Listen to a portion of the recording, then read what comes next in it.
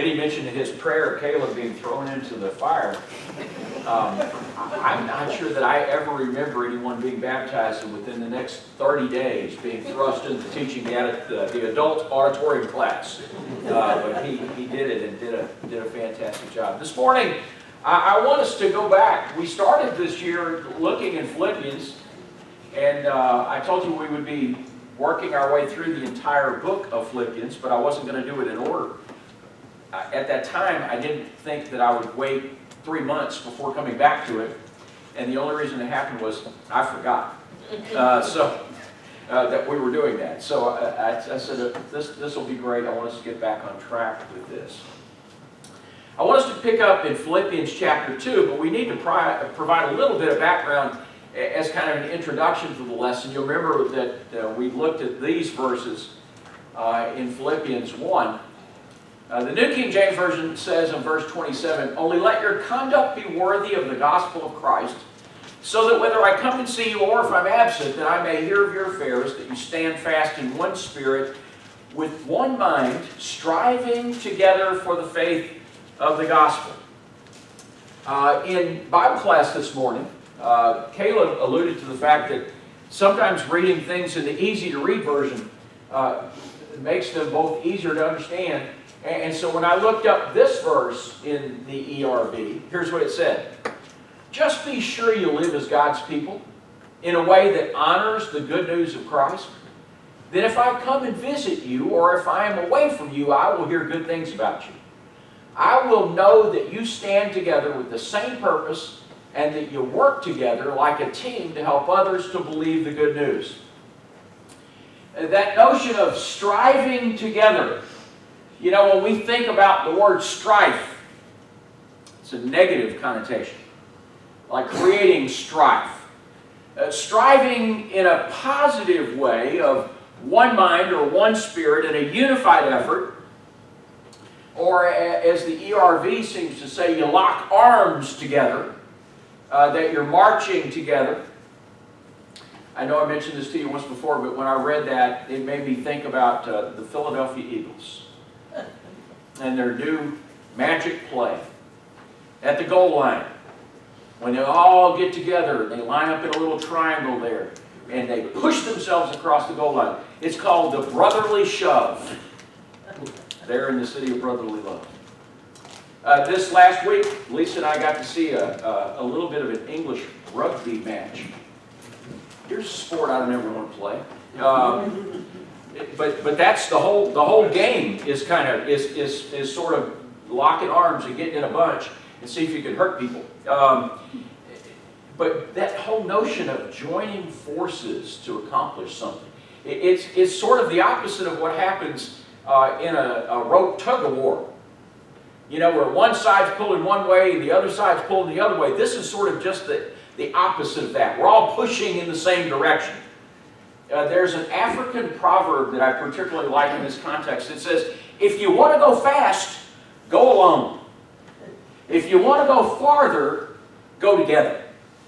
And you know, that makes perfect sense to me. It's that whole notion of independence versus interdependence.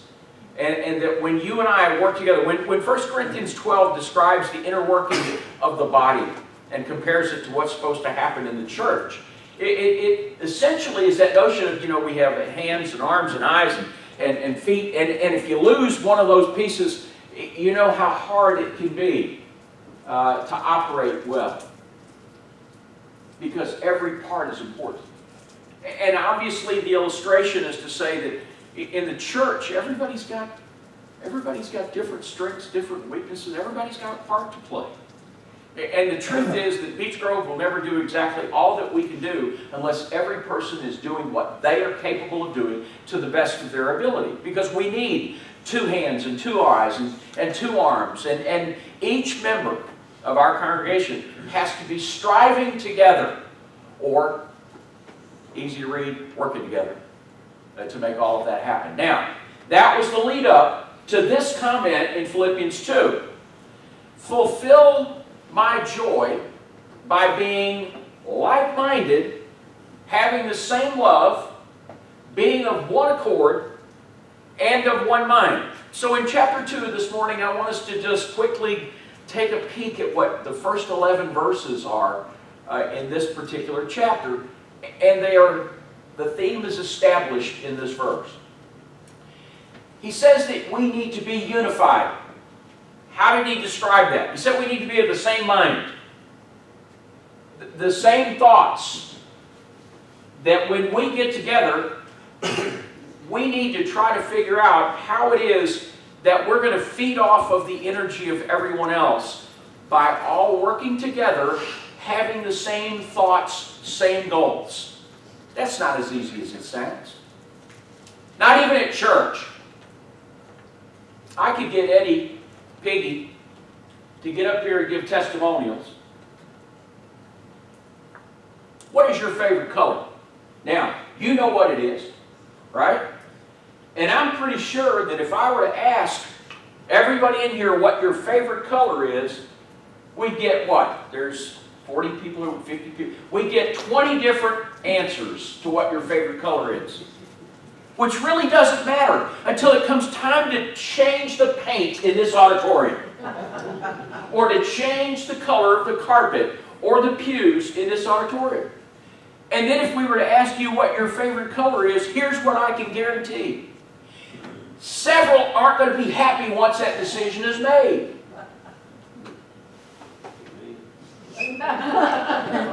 Right? Truth is, does it matter? But why does it get to be a big deal for stuff like that? So everybody kind of has their own way and wants things to work, you know. And so we need to have the same mind. And what I've always told, Lisa will tell you, I've worked with 3 different churches on building projects. 2 major ones and another smaller one. And so here was the ground rules. It's going to be a period of time when you get to express your thoughts about what should happen. And when that period of time expires, so does your opinion. And what that means is, you had an opportunity for input, your input was taken, it was given consideration, and even if it doesn't turn out to be what you expect, it's okay. Because we're moving forward and we're going to do it as a group. And we don't need churches split over carpet color. But there's goofy stuff out there just like that. Same mind, same thoughts, same love. I need you to love me as much as I intend to love you. I need you to encourage me as much as I do you. Not forsaking the assembling of ourselves together as the manner of some is, but all the more as we see the day approaching. It's the verse before that verse that really matters. So that you can be here to exhort and to love one another, and you can't do that if you're not here. I need you to exhort me. And I need you to love me. And I commit to doing the same thing for you. But the truth is, if we're of the same mind and we have the same love, we can exhort one another, and it's going to be okay. Because we know what the hearts are of those who are trying to do that. And then he says, be of the same accord. That is an interesting concept. It's also one of my favorite Bible jokes. What was the most favorite car of the Bible? It was a Honda, because they were all in one accord. Tonight you'll laugh when you think about it. So he's making notes. I'm also from Philly, so. Oh, okay. Well, that works well. You got 2 today so far. Okay. So they were of the same accord. That just means that they were united together in the way that they were going to not only think, and the way they were going to love, their passion. That's the heart, that's the mind and the heart. Now he says, this is going to be the energy. This is how we're going to do it. They, in doing these, were unified in one mind. That's what that description of unity was supposed to be. Then he goes on in verse 3. He says, don't let anything be done through selfish ambition or conceit.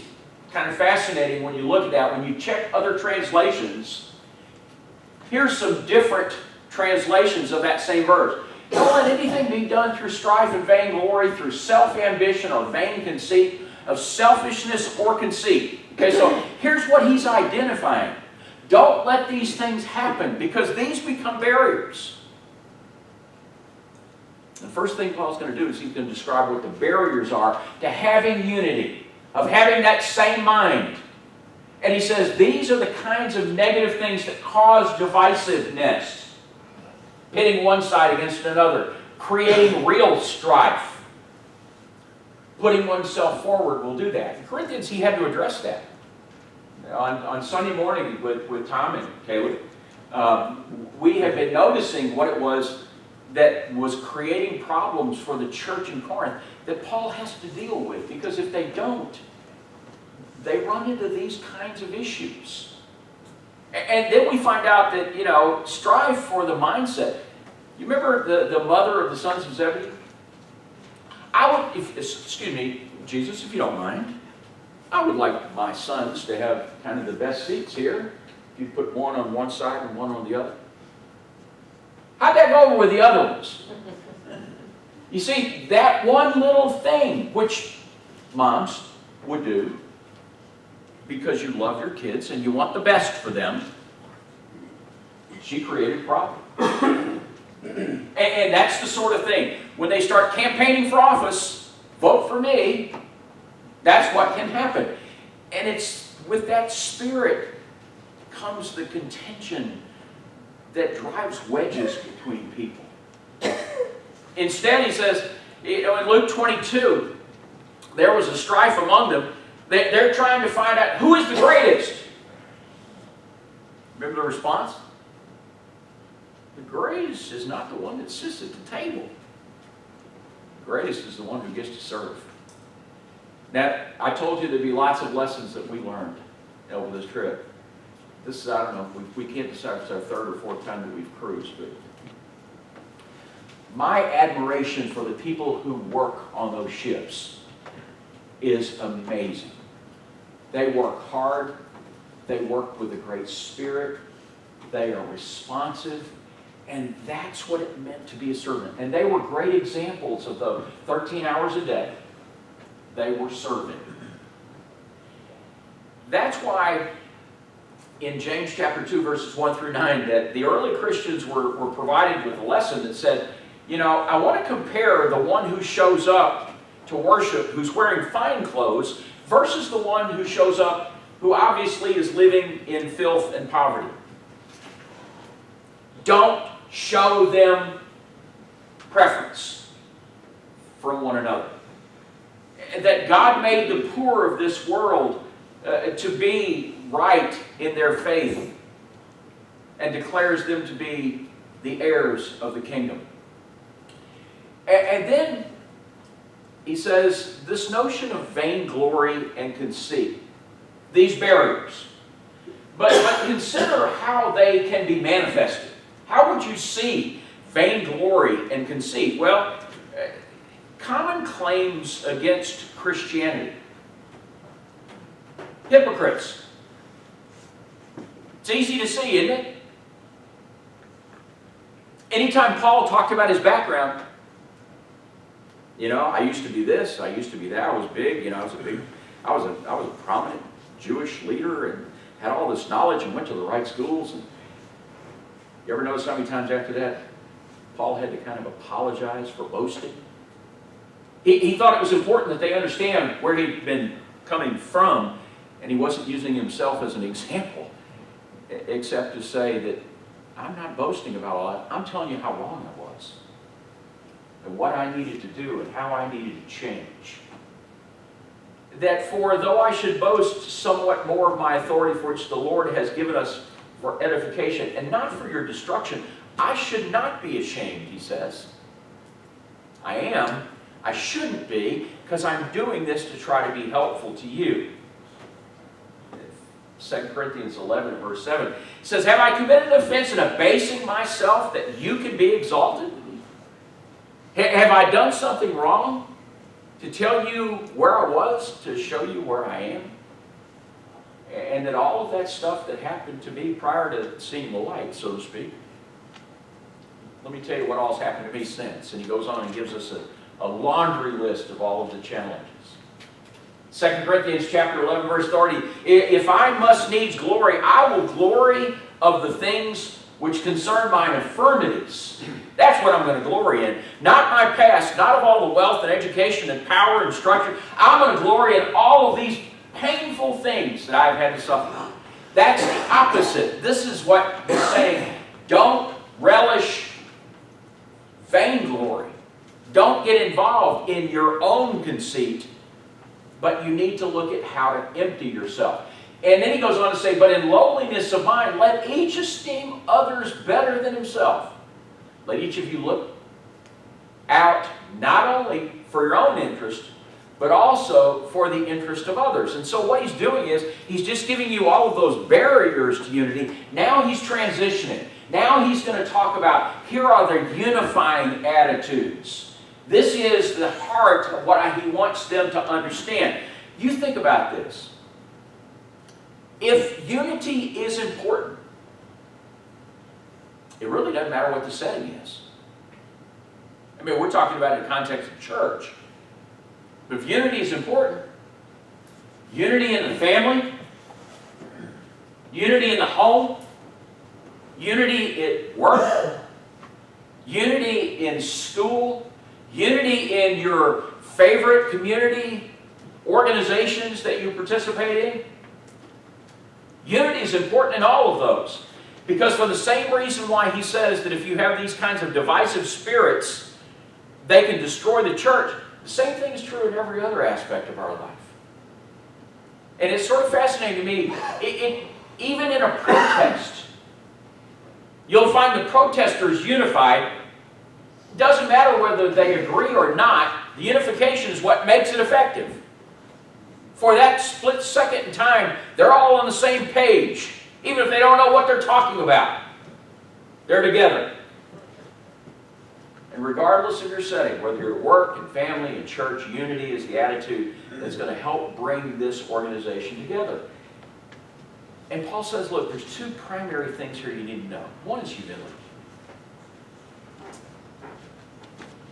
A congregation that is going to build itself has to have this attribute.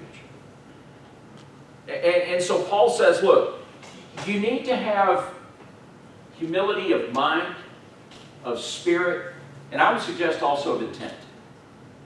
That having a humble opinion of oneself says, I have to have you to help me be successful.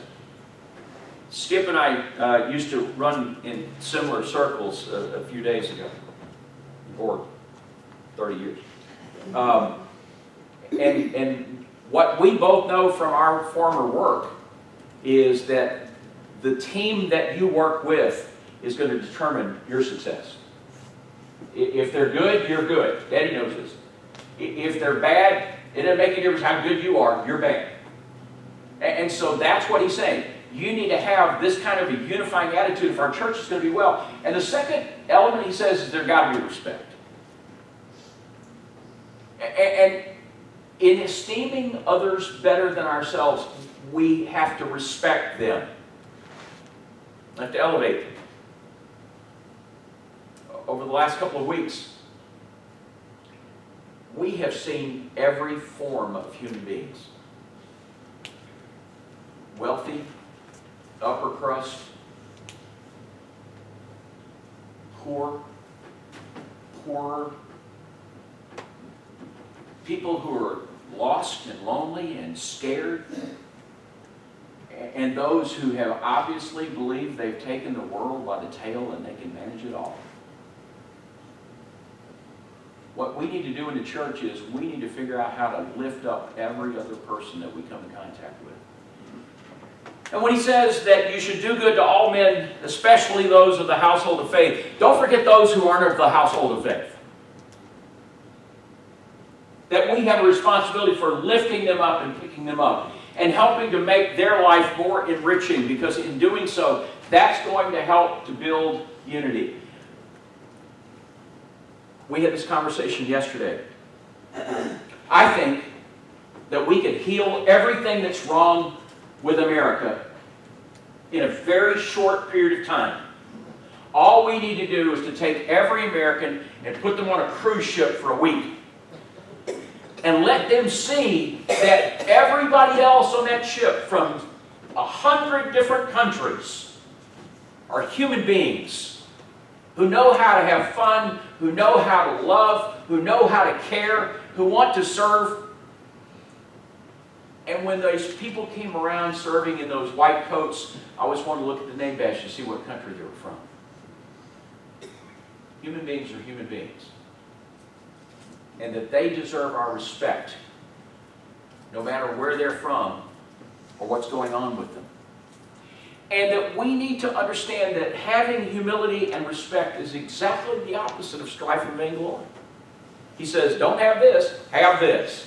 But Paul continues, let this mind be in you, which was also in Christ Jesus, who being in the form of God, did not consider it robbery to be equal with God, made himself of no reputation, took on the form of a bondservant, and coming in the likeness of men, and having been found in appearance as a man, humbled himself, became obedient to the point of death, even the death of the cross. In verses 5 through 11, Paul provides the greatest example ever given. And he goes on to say about Christ, therefore God has also highly exalted him and given him the name which is above every name, that at the name of Jesus every knee should bow, of those in heaven, those on the earth, those who are under the earth, and that every tongue should confess that Jesus Christ is Lord, to the glory of God the Father. Here's why I know there will not be a single atheist anywhere in the world on Judgment Day.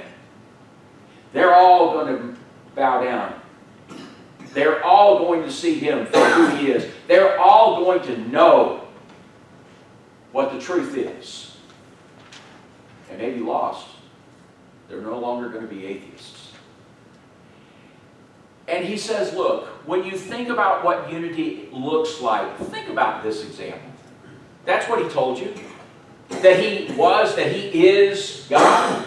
And that in doing so, he took on the form of a servant. You want to have the same mind that was in Christ Jesus, learn how to be a servant.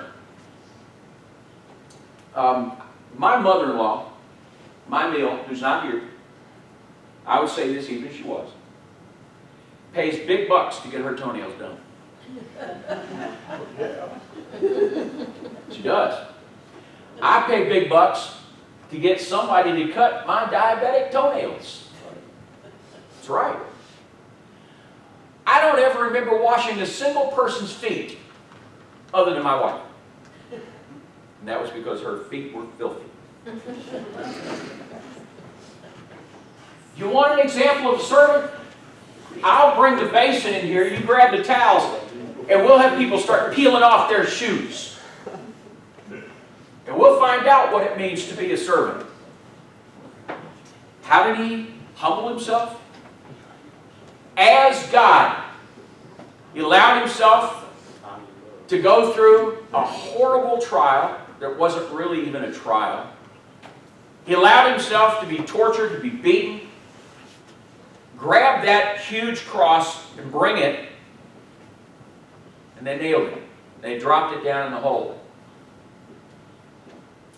And how we know he was a servant? He did it willingly.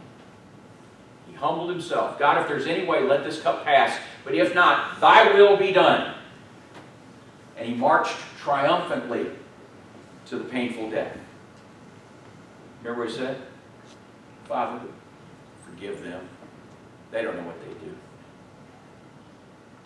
You know, when I see dictators today, they don't care about people. I don't care what they say publicly. Dictators only care about one person. You think all of those things of Kim Jong-il in front of North Korea, and he's talking about his wonderful country and how much everybody loves. He didn't care about them.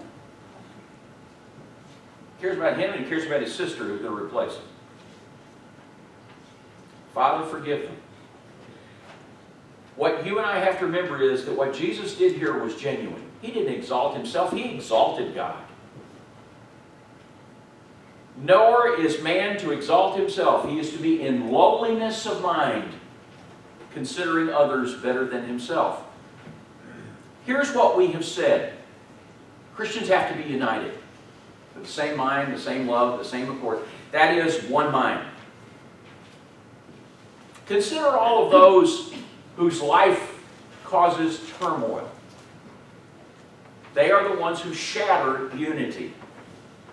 There are those who would prefer rebellion over unity. It's not what Paul taught here. Paul said, put those attitudes away. And instead, find a way to lift each other up, because you're doing so in the example of the one who was given to you. Put away all of those divisive attitudes, and instead, here are the things you need to do that will help to truly unify others around you. And oh, by the way, he said, let me give you an incredible example of what that means.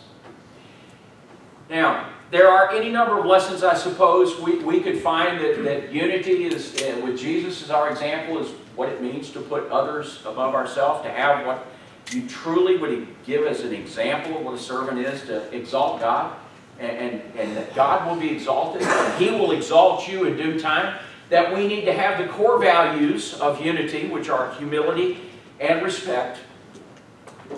We need to have a unified mindset. Now, there's a difference. Let me go back here. There's a difference between being united and being unified. There's a difference between being united and being unified. You could take two cats. You could tie their tails together, and they would be united. They wouldn't be unified. There'd be fur flying everywhere. We need to figure out how we can be unified in our spirit, in our mind, and to know that having a united mindset that is unified together by serving one another and respecting one another is going to be what creates what Paul is describing in Philippians 2, 1 through 11. Every culture in history has struggled with this.